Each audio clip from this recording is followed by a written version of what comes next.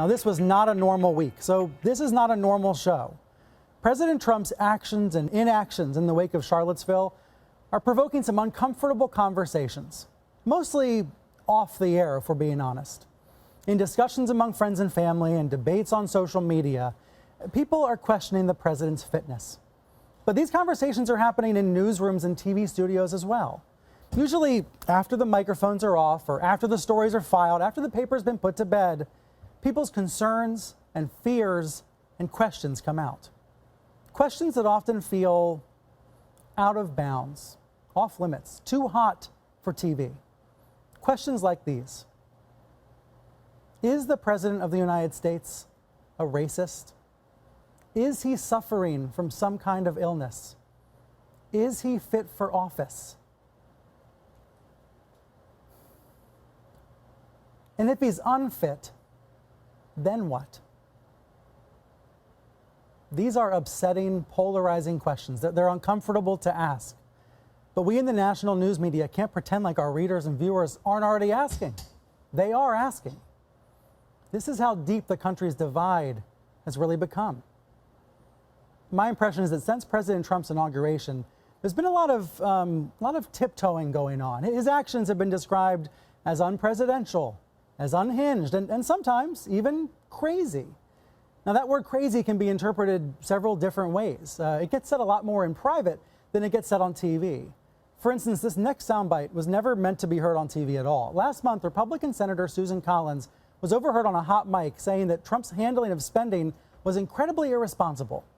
Democratic Senator Jack Reed responded by saying he thinks Trump is crazy. This is crazy.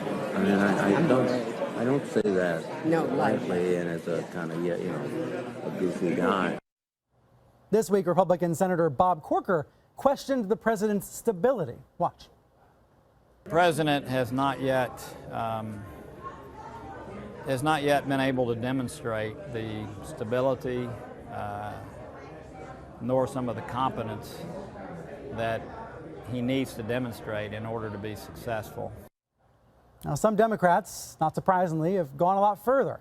California Democrat Zoe Lofgren asked if Trump has early-stage dementia. She said she wants a mental exam conducted. Another California Dem, Jackie Speer, called for Trump's removal under the 25th Amendment. And Al Gore said Trump should resign. We're also hearing this in some liberal corners of the news media and the entertainment world. You saw late night comics got very serious this week. Jimmy Kimmel made jokes about making Trump a powerless king, but he meant what he said about getting Trump out of office. Desperate times call for desperate measures, and I'm asking you, the people who supported Donald Trump, to step in and help for the good of this country. Mike Pence is ready.